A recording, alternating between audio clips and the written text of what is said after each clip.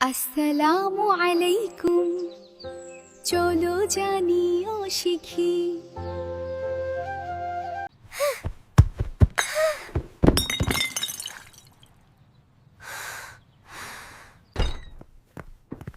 ফাহিম, কি হয়েছে? ফুলদানিটা কিভাবে ভাঙলো? আপি, আমি খেলতে গিয়ে ভুল করে ভেঙে ফেলেছি। আম্মু আব্বু এখন আমাকে অনেক বকবে। কাঁদে না ভাই, তুমি তো ইচ্ছে করে ভাঙোনি। আর তুমি যদি সত্যি কথা বলো তাহলে আম্মু আব্বু কিচ্ছু বলবে না, দেখবে। কিন্তু ফুলদানিটা তো আম্মুর খুব পছন্দের ছিল।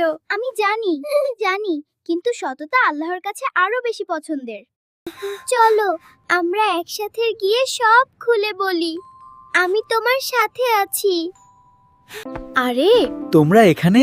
এসো ভেতরে। আব্বু, আমি আমি বসার ঘরের ফুলদানিটা ভেঙে ফেলেছি।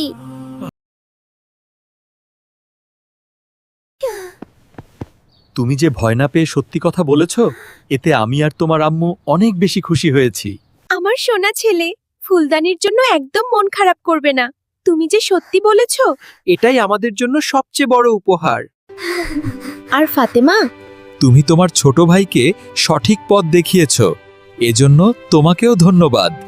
মনে রাখবে, জীবনের সবচেয়ে বড় শক্তি হলো সততা।